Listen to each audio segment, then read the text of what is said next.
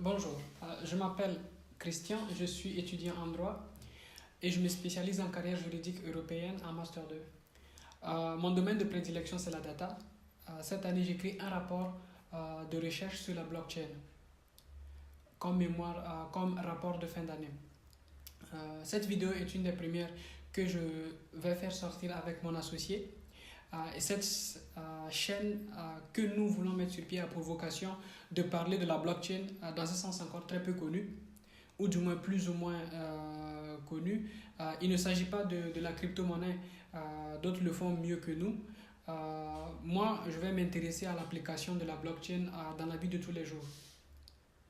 Par cela, je veux dire que que la chaîne va consister à parler des bienfaits que notre société, dans son ensemble, peut ou va tirer très prochainement de la technologie blockchain. La particularité de ce travail sera que je vais évoquer, entre autres, la régulation législative de l'Union européenne, des États membres de l'Union européenne et d'une façon générale la régulation législative des autres États membres qui auront la volonté de vouloir utiliser la blockchain. Euh, la blockchain, c'est en effet une nouvelle technologie et avec des amis, on a l'habitude de dire que la blockchain, c'est finalement le Google de la confiance. Euh, euh, Pourquoi Google de la confiance? Parce qu'au sein de la blockchain, il y a des propriétés qui permettent d'assurer non seulement la sécurité, mais surtout la confiance entre les parties. Euh, il faut, Quand on retrace l'histoire de la confiance, on se rend compte qu'elle est restée pendant très longtemps la chasse gardée des États ou des institutions dont l'organisation est généralement centrée.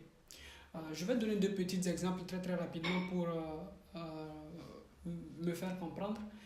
Par exemple, quand on va parler de l'État, on va définir l'État, si on part par exemple de la définition de Rousseau, on va dire que l'État c'est finalement un contrat social entre d'une part les gouvernés que sont les citoyens et les gouvernants que sont les autorités. Nous avons Yuval Noah Harari qui nous dit que finalement l'État c'est une entité imaginaire autour duquel sont centrés des femmes et des hommes à qui on accorde la confiance dans la direction de la chose publique. Euh, Ceci nous conduit à penser au fait que au sein d'un État, les citoyens sont en fait nés libres et égaux et ils peuvent accorder leur confiance à n'importe qui dans la mesure où cette personne va leur assurer sécurité et pérennité. Et c'est sur ces bases-là, euh, sur la base de la confiance, que la société, depuis près de 2000 ans, organisée plus ou moins autour d'un pouvoir central, subsiste. L'autre élément que je vais évoquer, c'est la banque. Euh, Lorsqu'on regarde un peu l'article L311-1 du Code monétaire et financier français, euh, qui définit en fait les transactions, elle dit que les opérations de banque comprennent la réception de fonds du public, des opérations de crédit ainsi que la mise à la disposition de la clientèle ou à la gestion des moyens de paiement. Si on veut, la banque c'est finalement une institution qui nous vend de la confiance avant tout autre produit. Et cette confiance a de multiples facettes. Je vais prendre un exemple entre moi et Amazon. Si je veux acheter une paire de chaussures sur Amazon, je vais faire ce qu'on appelle un contrat entre Amazon et moi. L'institution qui va assurer cette confiance, ce sera finalement ma banque, parce que ma banque va, lorsque je vais faire le paiement par ma carte de crédit ou de débit, va assurer à Amazon que que Amazon peut me faire confiance dans la transaction parce que j'ai assez de moyens. Et donc, en me vendant cette confiance-là, moi je vais payer à la banque ce qu'on appelle des frais. Et donc finalement, entre moi et Amazon, euh, il y a cet échange qui se fait et parmi nous, entre nous, celui qui fait le jeu de tiers de confiance, c'est la banque. Et donc, durant cet échange, l'élément le plus important, ce n'est pas la somme que je vais payer, parce qu'elle n'a pratiquement pas de valeur, mais c'est plutôt la confiance que moi et Amazon avons mis dans la banque qui va faire que la transaction sera validée. Et donc, tout cela pour revenir à la blockchain et pour dire que en fait, c'est le rôle que va finalement jouer la blockchain. La toute première blockchain, le Bitcoin, a été justement élaboré par Satoshi Nakamoto pour jouer ce rôle de remplaçant du tiers de confiance. Rappelez-vous que le premier bloc a été officiellement validé, si je puis ainsi dire, vous me pardonnez pour cette erreur de langage, mais validé en janvier 2009, juste, je pourrais dire, en pleine crise des subprimes. À l'époque, des banques en qui vous et moi avions confiance ont péché. Et donc, la réponse que Satoshi Nakamoto a donnée à ce péché, c'est de dire il faut que les gens aient finalement le choix dans leurs transactions. Si j'ai confiance en ma banque, je vais faire des transactions en passant par ma banque.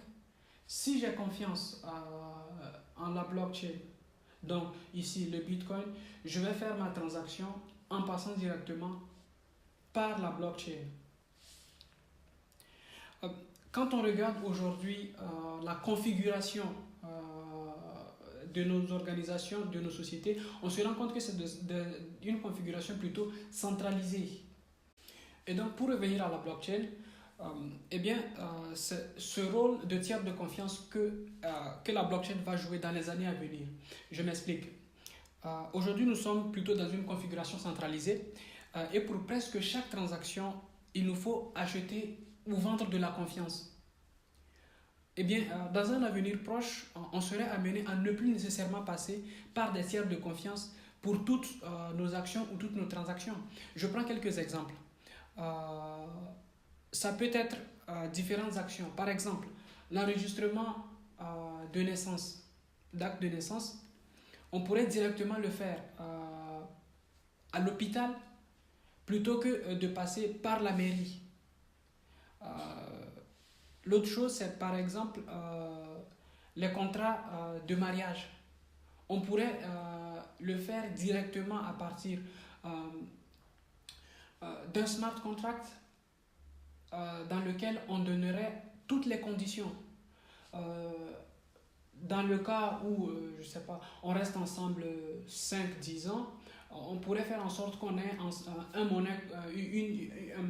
un porte-monnaie commun et où automatiquement, chaque mois, il y aurait transaction d'une partie de notre salaire pour avoir ce porte-monnaie commun qui permettrait à la fin, par exemple, si on a des enfants, que chacun utilise ce porte-monnaie sans nécessairement tout le temps se demander les cartes de débit. Ça devient en fait une sorte d'automatisation de certains contrats. Par exemple, pour tout ce qui va concerner les diplômes, on pourrait faire en sorte que chacun ait son diplôme sur la blockchain et donc il n'y aura pas besoin d'aller demander un duplicata. Et aujourd'hui, ça se fait déjà. Je vais donner l'exemple de l'État de Malte qui a déjà implémenté une solution blockchain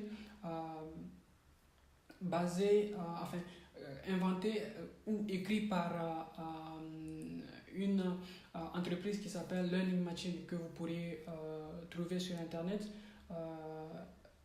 avec pour principale personne, celle que je connais le plus s'appelle Nathalie Smolinski. Elle en parle énormément, vous pourrez le voir, c'est très passionnant.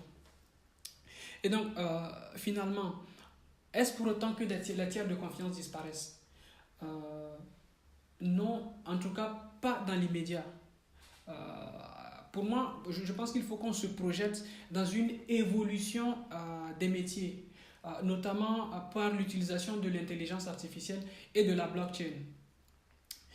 L'humanité a été toujours caractérisée par la créativité. Je vous renvoie par exemple au célèbre livre désormais de Yuval Noah Harari, par exemple Homo sapiens, ou à l'Homo Deus. Ou alors je vous renvoie également aux vidéos produites, à une série de vidéos produites par Amazon sur Prime Video intitulée Rêver le futur. Donc, l'idée de cette série de vidéos, c'est de travailler à la démocratisation de la blockchain. C'est faire en sorte que tout le monde puisse trouver une solution en s'accaparant de la blockchain. Et de façon en fait à diminuer certaines pressions que l'on ressent parfois auprès des tiers de confiance.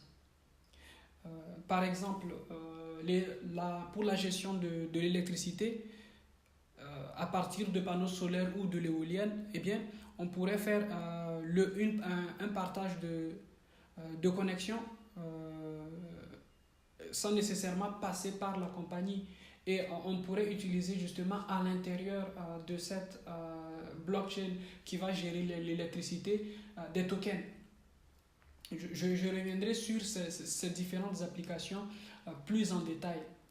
Donc finalement, à mon sens, il est très important d'aller au-delà de la crypto-monnaie pour commencer à entrevoir un avenir dans lequel la blockchain a sa place. En tout cas, ce dont je suis sûr, c'est que dans les 50 prochaines années à venir, notre modèle d'organisation est appelé à changer, qu'on le veuille ou pas, avec notamment l'apparition de l'intelligence artificielle, avec la blockchain qui n'est pas encore connue, ou bien pas assez connue à part le point de vue crypto-monnaie. On pourrait d'ailleurs imaginer un Facebook des communautés. Par exemple, une communauté qui partage les mêmes valeurs, qui s'auto-finance. Alors, c'est peut-être déjà chose faite pour certains types de crypto-monnaies. Je sais que Ethereum avait essayé de le faire avec le DAO, mais bon, je ne dirais pas que ça s'est mal terminé, mais l'expérience n'a pas encore été concluante.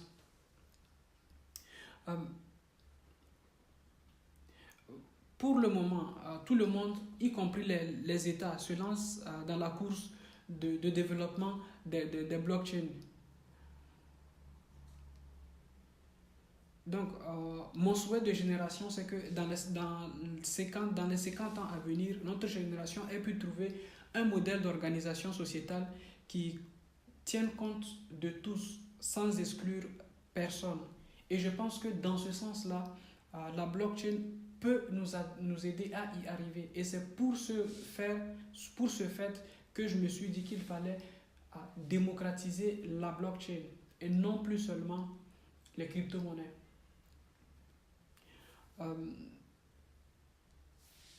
Nous sommes déjà à la fin de la vidéo et nous vous remercions de nous avoir suivis jusqu'au bout. Nous sommes tout au début de notre aventure et nous nous excusons, forcément il y aura des ratés parce que c'est toute la première vidéo. Nous attendons vos commentaires et suggestions. notre prochaine vidéo, nous espérons, va entrer vraiment dans le fond du sujet avec pour objectif de vous parler des origines de la blockchain qui ne vont pas dater forcément des années 80-90 et encore moins de 2008-2009, mais qui sont beaucoup plus vieilles quand on remonte dans l'histoire de l'aventure humaine. Et parce que justement des sociétés décentralisées ont déjà existé. Et donc sur ce, nous vous disons, Desvidani.